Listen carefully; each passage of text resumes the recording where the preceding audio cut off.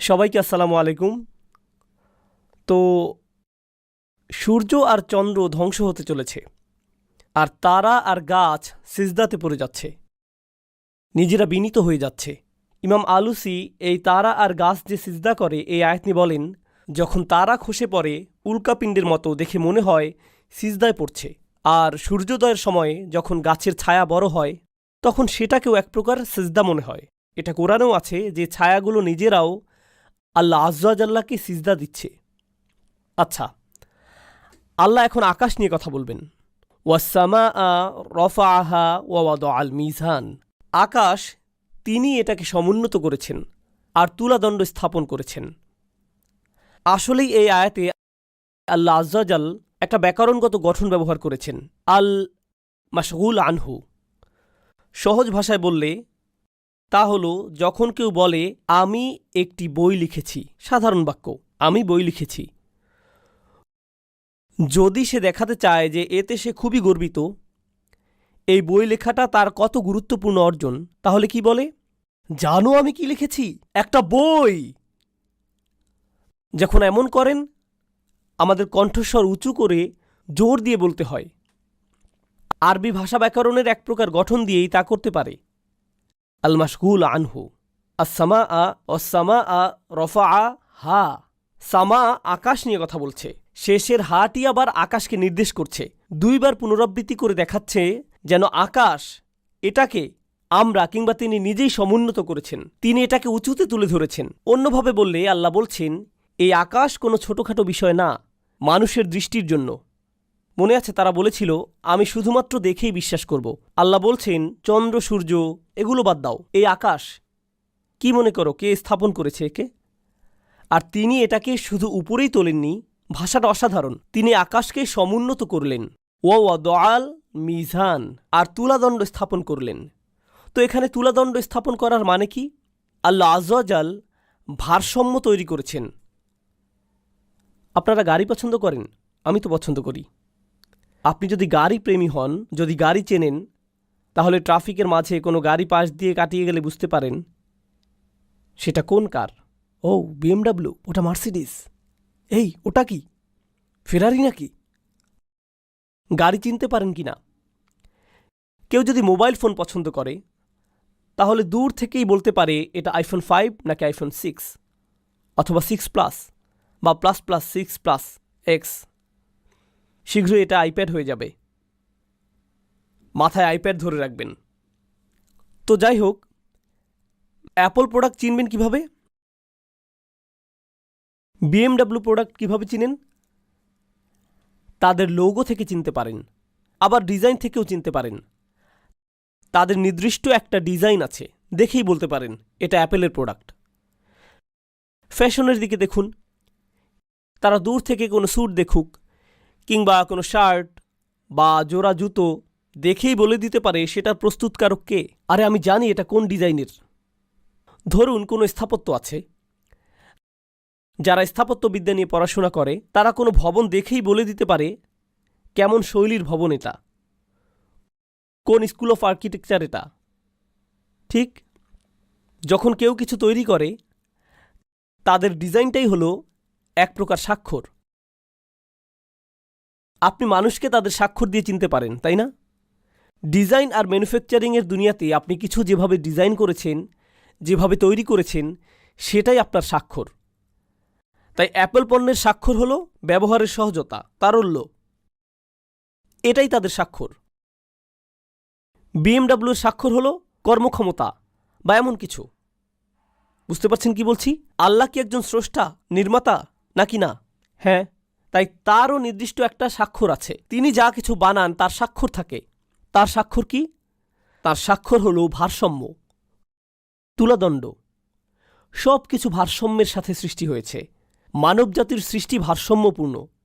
ওয়ানাফসিন ওয়ামা সাওয়াহা, তিনি ভারসাম্য রক্ষা করেছেন। তিনি আকাশকে একত্র করে তাতে ভারসাম্য করেছেন। সূর্য ঠিক যেখানে থাকার সেখানেই আছে, চাঁদ যেখানে থাকার হুবহু ওখানেই আছে, নক্ষত্রগুলোও ঠিক সেখানেই আছে যেখানে থাকার কথা। সব কিছুই ভারসাম্যপূর্ণ। সম্পূর্ণ সৌরজগৎ, দিন শেষে পুরো আকাশের সব কিছু ভারসাম্যপূর্ণ একে অপরের সাথে। এটাই হলো অবস্থা। এটাই হলো নিয়ম। এখন তিনি এই অবিরাম অন্তহীন মহাবিশ্ব সৃষ্টি করেছেন সম্পূর্ণটাই একটিমাত্র নীতিতে। সেটা কি? ভারসাম্য। আর এই অন্তহীন মহাবিশ্বের একটি অতি ক্ষুদ্র গ্রহের নাম হলো পৃথিবী, যে গ্রহে আমরা বাস করি। আপনি কি মনে করেন, এই ভারসাম্যের নীতি যদি সবখানেই প্রযোজ্য হয় তাহলে পৃথিবী ব্যতিক্রম হবে? না। তার অটল ডিজাইন স্বাক্ষর সর্বত্রই তিনি ভারসাম্য পছন্দ করেন। শুধুমাত্র একই জিনিস ভারসাম্যের বাহিরে, তা হলো মানবজাতি আর জিন। তারাই শুধু ভারসাম্যের বাহিরে। বাকি সব কিছুই আল্লাহ সৃষ্টি করেছেন সম্পূর্ণরূপে কি? ভারসাম্য দিয়ে। আর আল্লাহ মানুষকে শুধু বলছেন না যে আকাশের দিকে তাকাও, সূর্যকে দেখো, চাঁদকে দেখো, সব কিছু কীভাবে ভারসাম্যপূর্ণ সেটা দেখো। আচ্ছা, কোরআনের উদ্দেশ্য কি বলুন তো? এটা রহমত, এটা হেদায়েত। হেদায়েত আমাদেরকে কি দেয়? ভারসাম্য। এটা আমাদের নিজেদের প্রতি দায়িত্বে ভারসাম্য দেয়, স্ত্রীর প্রতি দায়িত্বে ভারসাম্য দেয়, বাবা মায়ের প্রতি দায়িত্বে ভারসাম্য দেয়, সন্তানের প্রতি দায়িত্বে ভারসাম্য দেয়, আল্লাহর প্রতি আপনার দায়িত্বে ভারসাম্য দেয়, আপনার শরীরের প্রতি দায়িত্বে, আপনার হৃদয়ের প্রতি দায়িত্বে, আপনার যে এত সব দায়িত্ব, এত সব অধিকার, কিভাবে এই সব কিছুতে ভারসাম্য আনবেন, ন্যায় বিচারীদের মাঝে কিভাবে করবেন, এটাই কোরআনের উদ্দেশ্য। দেখুন, পৃথিবীতে সবসময়ই ভারসাম্যহীনতা থাকবে। সরকার থাকবে, আবার জনগণও থাকবে। আর সরকারগুলো বলবে আমাদের যথেষ্ট নিয়ন্ত্রণ নেই, আর জনগণ বলবে আমাদের যথেষ্ট স্বাধীনতা নেই। ভারসাম্য আসবে কোরআন থেকে। সবসময় চাকরিদাতা আর চাকরিজীবী থাকবে। নিয়োগদাতারা বলবে আমরা কর্মচারীদের বেশি বেতন দেই, আর কর্মচারীরা বলবে তারা আমাদের বেতন দেয় খুবই কম। কর্মকর্তারা বলবে কর্মচারীদের কম ছুটি দেওয়া প্রয়োজন, কর্মচারীরা বলবে আমাদের আরও বেশি ছুটি প্রয়োজন। ভারসাম্য আসবে আল্লাহর কিতাব থেকে। পুরুষ আর মহিলাদের মাঝেও সব সময় ভারসাম্যহীনতা থাকবে। স্বামীরা বলবে স্ত্রী আমার কথা শোনা উচিত, স্ত্রী বলবে সে তো আমার কথা শুনেই না, আমি কেন তার কথা শুনব? কি করেছে সে? সে আমাকে আয়াত পড়ে শোনায়, সাহাবীদের কথা বলে, সে নিজে তো সাহাবী না, তাই না? আমি বাচ্চাদের নিয়ে একটা পরীক্ষা করতাম যখন স্কুলে পড়াতাম। তখন আমাদের ইসলামিক স্কুলের ছেলে মেয়ে উভয়ই আছে সেকেন্ড গ্রেডে। খেলার মাঠ ছিল ছোট্ট একটা। তাই আমরা বললাম ঠিক আছে, পরীক্ষাটি হলো সপ্তাহের কিছুদিন ছেলেরা খেলার মাঠ পাবে, সপ্তাহের কিছুদিন মেয়েরা খেলার মাঠ পাবে। বাচ্চারা স্কুলে সপ্তাহে কয় দিন যায়? 5 দিন। আমি মেয়েদের সিদ্ধান্ত নিতে দেব কারা 3 দিন পাবে আর কারা 2 দিন। মেয়েরা কি সিদ্ধান্ত নিল? মেয়েরা 3 দিন পাবে, ছেলেরা পাবে 2 দিন।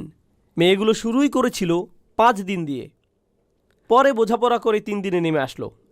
এরপর বললাম আচ্ছা ঠিক আছে, আমি ছেলেদের সিদ্ধান্ত নিতে দেব কারা 3 দিন পাবে আর কারা 2 দিন পাবে। কি সিদ্ধান্ত নিল? ছেলেরা 3 দিন পাবে।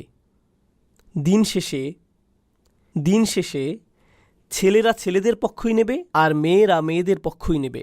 কারণ আমি তো শুধু আমার দৃষ্টিকোণটাই জানি।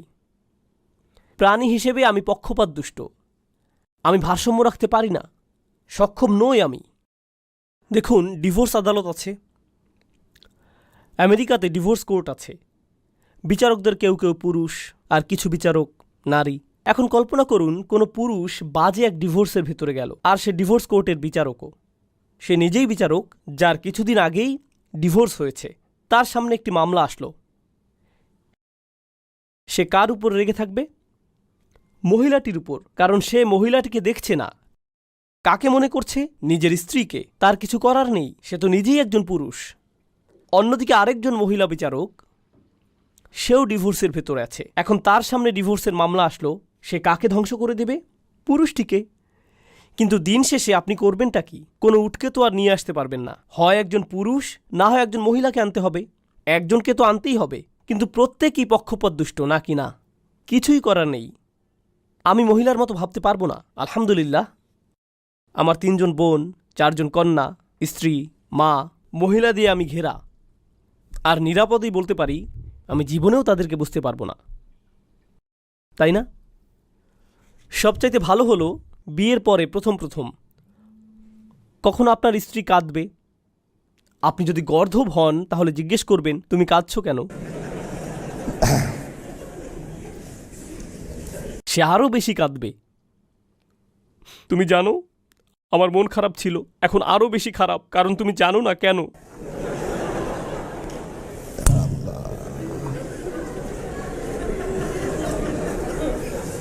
তখন আমি বলি, ওকে ওকে ওকে, আমি মূর্খ, আমি জানি না কেন, আমাকে বলো, শুধু বলো আমাকে কেন। না, তুমি বুঝবে না।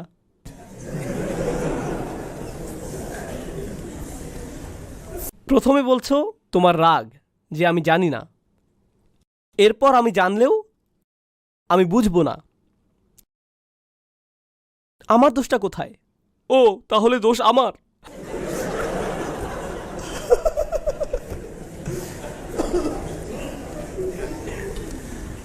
মন থেকেই বলতে পারি তাদেরকে আমি কখনোই বুঝতে পারবো না।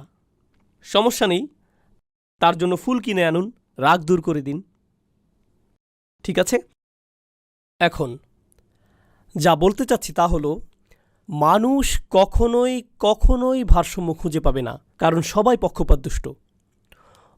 অন্য একজনকে সেই ভারসাম্য দিতেই হবে,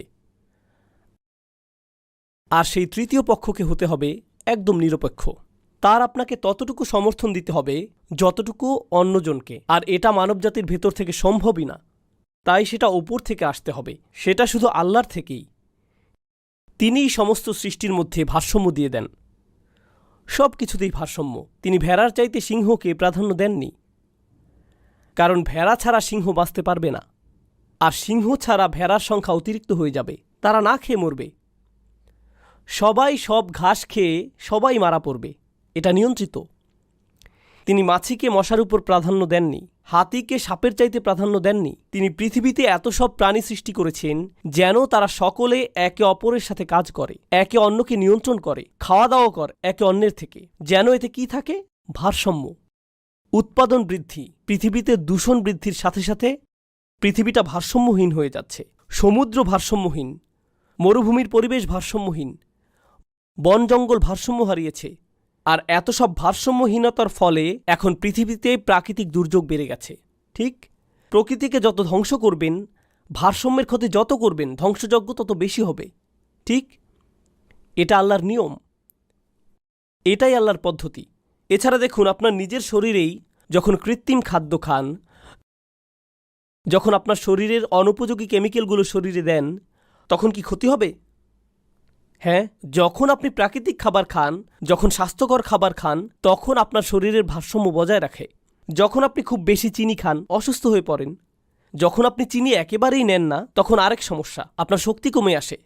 আপনার কোন প্রকারের ভারসাম্য দরকার, এটাই আল্লাহ সৃষ্টি করেছেন। সব কিছু এক প্রকার ভারসাম্যে থাকবে। আল্লাহ বলছেন, পুরো আসমান তিনি বানিয়েছেন, ভারসাম্য স্থাপন করেছেন। আল্লাহ তাতগাও ফিল মিজান, কি অসাধারণ, আশ্চর্যজনক ধারাবাহিকতা। তিনি আকাশকে ভারসাম্যপূর্ণ বানিয়েছেন যেন তোমরা ভারসাম্য নষ্ট না করো। কথাটির অর্ধেক আকাশ নিয়ে, বাকি অর্ধেক আপনার সম্পর্কে। আপনার ভারসাম্য লঙ্ঘন করা যাবে না। আল্লাহ তাতগাও ফিল মিজান ওয়াকিমুল ওয়াজনা বিল কিসতি ওয়ালা তুখসিরুল মিজান। আপনাদের ন্যায়ের সাথে ভারসাম্য প্রতিষ্ঠা করতে হবে। মানুষের ভারসাম্যের মাঝে তফাৎ করা উচিত নয়। আমি পুরুষদের ব্যাপারে অল্প কিছু কথা বলবো, তারপর মহিলাদের ব্যাপারে কিছু কথা বলবো। আপনাদেরকে ছেড়ে দিচ্ছি না আজ। আচ্ছা, একজন স্বামী হিসেবে, বাবা হিসেবে, সন্তান হিসেবে, একজন নিয়োগকর্তা হিসেবে, মুসলিমদের সেবার চেষ্টাকারী একজন হিসেবে আমার অনেক বাধ্যবাধকতা আছে। আমার সন্তানদের সাথে সময় কাটাতে হয় আমাকে, প্রত্যেকের সাথেই আলাদাভাবে। তাদের সাথে আমার সম্পর্ক আছে, তাদেরকে আমার বুঝতে হবে। আমার স্ত্রীকে আমার সময় দিতে হবে। চাবিগুলো কোথায় শুধু এই বিষয়ে না, বা খাবার কি আছে আজ, বরং যার সাথে বাস করি তার সাথে সত্যিকারের কথাবার্তা। আমার সন্তানদের মা, তার সাথে আমার বন্ধুত্ব করতে হয়, সময় কাটাতে হয়, তার গুরুত্ব বোঝাতে হয় তাকে। এখন আমাকে একটি সংস্থা চালাতে হয়, সেই সংস্থায় অনেক প্রজেক্ট একত্রে হয়। আমাকে নিশ্চিত করতে হয় সব কিছু ঠিকঠাক চলছে। আমার ছাত্র আছে, নিশ্চিত করতে হবে তারা যা শিখছে সঠিকভাবে শিখছে। আমার একটা কমিউনিটি আছে, সেই কমিউনিটির জন্য আমি কাজ করছি কিনা সেটাও আমাকে নিশ্চিত করতে হবে। আমার বাবা মা আছেন, যথাযথ খিদমত করে তাদের খুশি করা, তাদের দোয়া নেওয়াটাও আমাকে নিশ্চিত করতে হবে। হায় আল্লাহ! এরপর আমার শ্বশুর বাড়িও আছে। ইন্না লিল্লাহি ওয়া ইন্না ইলাইহি রাজিউন। এরপর আমার বন্ধু-বান্ধবও আছে। আমি নিজেও তো আছি, কারণ কিছু পর তো আমি পাগল হয়ে যাব। আমার নিজের জন্য কিছু সময় লাগবে, ব্রেক লাগবে, একটু বাস্কেটবল বা ভিডিও গেম খেলতে হবে। প্রয়োজন আমার, আসলেই লাগবে। আমার ইবাদতের জন্য সময় বের করতে হবে, কোরআনের পড়াশোনা আগানোর জন্য সময় প্রয়োজন। আমার হিপস রিভিউ করতে হবে। যা যা করতে হবে তার তালিকা করলে সেটা অনেক লম্বা হয়ে যাবে। আমি গ্যারান্টি দিতে পারি আপনাদের তালিকাও এমন বড়। শুধু আমার তালিকাই লম্বা না, আপনাদের তালিকাও লম্বা। যখন আপনার এমন দীর্ঘ তালিকা থাকে যে সব কিছুই করতে হবে, বেশিরভাগ সময়ে আমরা সব করতে পারি কি না? কিছু বাদ পড়ে যায়। আর মানুষ কি করতে চায়? তারা যেটা করতে পছন্দ করে সেটাতে বেশি সময় দেয়, আর যেটা অপছন্দ সেটাতে সময় দিতে চায় না। তো এক ভাই আছেন, প্রত্যেকবার ইসলামিক ইভেন্ট হলেই ভলান্টিয়ার হয়ে যান। 20 ঘন্টা ভলান্টিয়ারিংয়ে দিয়ে দেয়। আগের দিন চেয়ারগুলো ঠিক করে, মাইকগুলো বসায়, ফ্লাওয়ারগুলো ঠিক করে, এই সব কিছু সে করে। কিন্তু তার স্ত্রী তার উপর অখুশি, কারণ সে বাসায় সময় দেয় না। তাই প্রত্যেকবার বাসায় গেলেই স্ত্রী অভিযোগ করে, কিন্তু সে শুনতে চায় না। সে বের হয়ে আবারও বেশি ভলান্টিয়ারিং করে। ইভেন্ট কবে? 3 দিন পর। না, আমি মসজিদ থেকে এখনই চেয়ার বসিয়ে দিচ্ছি। ফি সাবিলিল্লাহ। এটা ফি সাবিলিল্লাহ না। ঠিক আছে, তুমি অন্য দায়িত্ব থেকে পালাচ্ছ, তোমার আসল দায়িত্ব থেকে পালিয়ে বেড়াচ্ছ। তোমার সব কিছুর মধ্যে ব্যালেন্স করতে হবে। আর আপনি কিভাবে জানবেন যে আপনি ব্যালেন্সড আছেন কিনা? কঠিন প্রশ্ন, তাই না? আপনি কিভাবে জানবেন ভারসাম্যপূর্ণ জীবন কাটাচ্ছেন কিনা? আপনাদের বলছি, এর সবচাইতে সহজ উত্তর হলো, যদি আপনার পরিবার মনে করে আপনি ভারসাম্যপূর্ণ, যদি আপনার সন্তানরা মনে করে, যদি আপনার স্ত্রী মনে করে, আর যদি আপনার বাবা মা মনে করে আপনি ভারসাম্যপূর্ণ আছেন, তাহলে আপনি ঠিক আছেন। যদি তারা মনে করে তাদের কারো প্রতি আপনি অন্যায় করেছেন, তাহলে সম্ভবত সমস্যা আসলেই আছে, সম্ভবত অবস্থা ভালো নেই। আরেকটা জিনিস বলতে চাই, যদি আপনারা দেশি হন, এখানে দেশি কতজন? ইন্না লিল্লাহি ওয়া ইন্না ইলাইহি রাজিউন।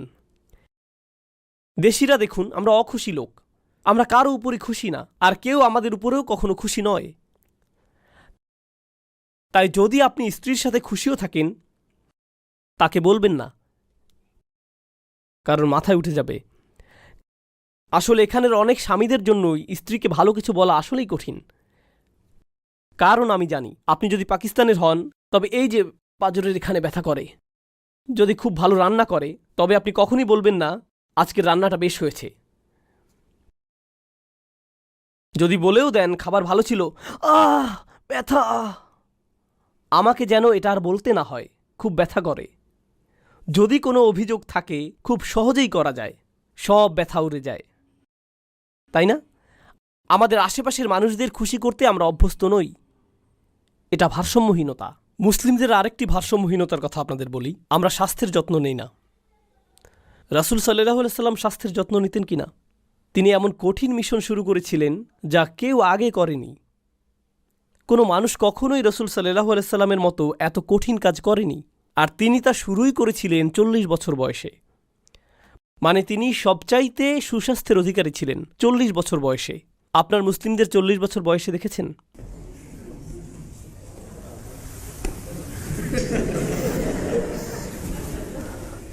কি ব্যাপার? শরীর ঠিক করুন, বাচ্চাদের সাথে খেলুন, দৌড়ান, ব্যায়াম করুন। আমরা খেলা দেখতে ভালোবাসি, খেলতে না। আপনি বসে বসে মানুষদের দৌড়াতে দেখছেন, অসাধারণ ম্যাচ, কম কম কম কম। এটা কিছু হলো? আমি জানি না কেন, এমনকি চিকন মুসলিম যারা, তারাও দেখতে এমন এমন, এরপর এমন, যেন কোনো সাপ একটা ছাগল খেয়ে ফেলেছে।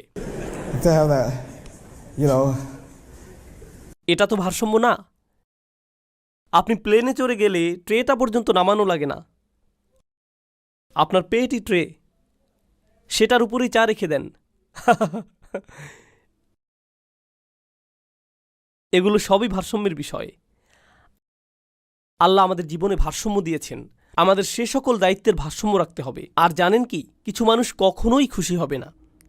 আপনার বাবা মা বলতে পারেন, তুমি স্ত্রীকে বেশি সময় দাও, সারাক্ষণ স্ত্রীর সাথে কি তোমার সে মালিক নাকি?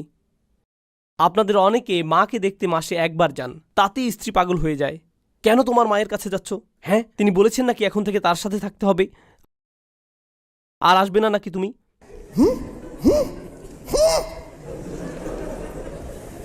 ভারসাম্যহীনতা। পুরুষদের আপনাদের স্ত্রী আর পিতামাতার মধ্যে ভারসাম্য রাখতে হয়। আপনি মাঝখানে। আপনার উচিত না আপনার পিতামাতাকে স্ত্রী সম্পর্কে বিরূপ মন্তব্য করতে দেয়া, আর আপনার স্ত্রীকে তার শ্বশুরবাড়ি সম্পর্কে মন্দ বলতে দেবেন না। তাদের একে অপরকে ভালোবাসার প্রয়োজন নেই, বাধ্যতামূলক নয় ভালোবাসা। তাদের শুধু সম্মান করা দরকার। আর কে এদের মধ্যে রেফারি হবে সব সময়? আপনি। আপনাকে দুপক্ষের সাথে ন্যায্য হতে হবে, এক পক্ষের সাথে না। আপনি আপনার স্ত্রীকে বলবেন না, তিনি তো আমার মা, কি করব আমি? ঠিক আছে, শুধু তাকে সম্মান করো। আপনি এমন করতে পারেন না। আপনি তাকে তার পরিবার থেকে নিয়েছেন, কথা দিয়েছেন তাকে হেফাজত করবেন। তাকে আপনার মায়ের দয়ার উপর ছেড়ে দিতে পারেন না। আপনার মা, যিনি আপনাকে ভালোবাসেন, তার ভালোবাসার একটি অংশ হলো তিনি হিংসাও করেন। এখন অন্য এক মহিলা আপনার সময় নিয়ে নিচ্ছে আপনার মায়ের থেকে, সে হিংসা তাই অনেক সময় কুৎসিত হয়ে উঠতে পারে। সেটা জুলুম, নিপীড়নে পরিণত হয়ে যেতে পারে। এই সব কিছুই আপনার প্রতি তার ভালোবাসার কারণেই।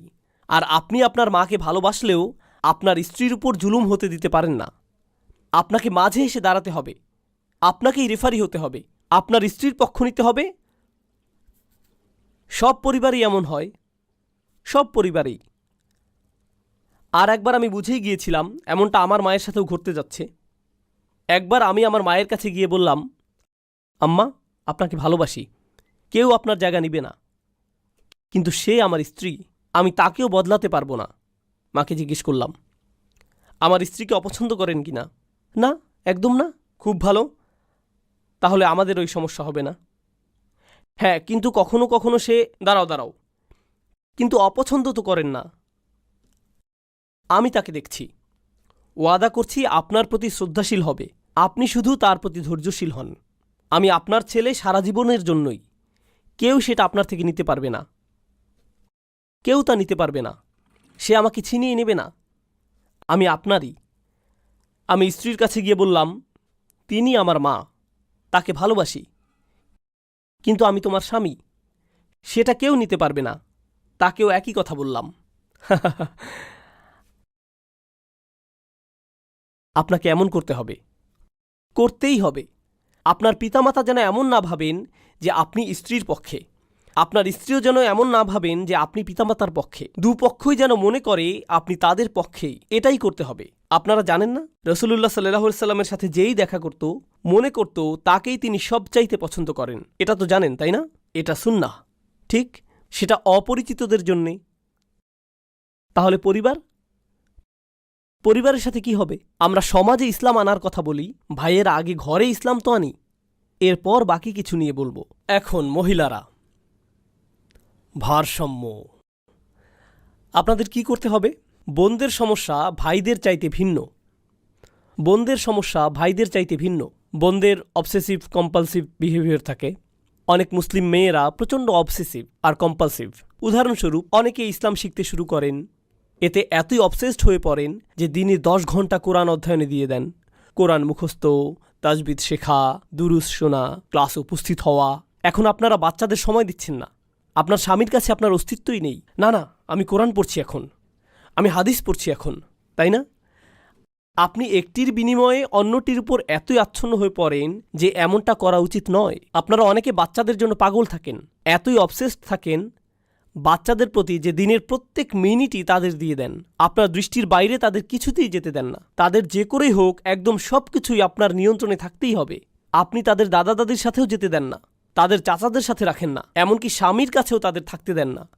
আপনার নিয়ন্ত্রণ চাই। এটা অবসেশন, ভারসাম্যের বাহিরে এটা। এসব জিনিসে একটু ছাড় দিতে হবে। সব কিছুকে নিয়ে নেয়ার কথা না আপনাদের। আল্লাহর আপনাকে আলিমা হবার দরকার নেই, আপনার হাফিজা হবারও প্রয়োজন নেই। আপনাদেরকে আগেই বলেছি, একটু সহজভাবে নিন, এত আচ্ছন্ন হয়ে যাবেন না। দিনের পুরোটা ব্যয় করবেন না। প্রতিদিনই আপনার আশেপাশের সবার সাথে ইনসাফ করতে হবে। আপনাকে তাদের অধিকার দেবার কথা। আমি জানি অনেক কঠিন, ভারসাম্য অর্জন করা সহজ ব্যাপার নয়, কিন্তু আল্লাহ বলছেন, আল্লাহ আসমানে ভারসাম্য দিয়েছেন যেন আপনি ভারসাম্যের দৃষ্টি না হারিয়ে ফেলেন। প্রত্যেকবার ভারসাম্যহীন হলেই আপনাকে আল্লাহ দেখিয়ে দিচ্ছেন আসমান থেকেই ভারসাম্যের শিক্ষা নিন। প্রত্যেকবার যখন কেউ দোকানে ক্রেতাকে ঠকায়, আল্লাহ তাকে বিচার দিবসে জিজ্ঞেস করবেন, তোমার ওখানে কি জানালা ছিল না? বাহিরে তাকালে তুমি কি আকাশ দেখোনি? আকাশ দেখেই তোমার মনে করা উচিত ছিল যে কাউকে ঠকানো তোমার উচিত নয়। আপনাকে মনে করাবার জন্য আল্লাহর আয়াতেরও দরকার নেই। আকাশ নিজেই সাক্ষী হিসেবে যথেষ্ট। আকাশই সাক্ষ্য দেবে আপনি ভারসাম্যপূর্ণ জীবনযাপন করছেন কিনা, এটাই সাক্ষ্য দেবে। এছাড়া আপনাদের যারা ইসলামিক কাজে নিয়োজিত, আপনাদের বাড়তি কিছু পরামর্শ দেই। ইসলামিক কাজই খুব সহজেই ভারসাম্যহীন হয়ে যেতে পারে, খুব তাড়াতাড়ি। মানুষজন আমাকে এসে বলে, ওস্তাদ নোমান, আপনি কি ফজরের পরে যুবকদের জন্য লেকচার দিতে পারবেন? যেহেতু আপনি দেশে আছেন এখন। না ভাই, পারছি না, আমার ফ্লাইট আছে। না, কিন্তু এটা তো ইসলামের জন্য। হ্যাঁ, আমার ফ্লাইট আছে। না আখি, যুবকদের ইসলামের বার্তা খুবই প্রয়োজন। হ্যাঁ, আর আমার নিজের বাচ্চাদের সাথে দেখা করতে হবে, তারা আমাকে মিস করছে। আখি, আমি তো ভেবেছিলাম আপনি ইসলাম নিয়ে চিন্তা করেন, ভেবেছিলাম উম্মা নিয়ে চিন্তা করেন। আমার বাচ্চারা কি উম্মার অংশ নয়? মানুষ আপনাকে অপরাধী বানাবার চেষ্টা করবে এটা সেটা না করার জন্য, ভলান্টিয়ারিং না করার জন্য, বেশি সময় ব্যয় না করার জন্য।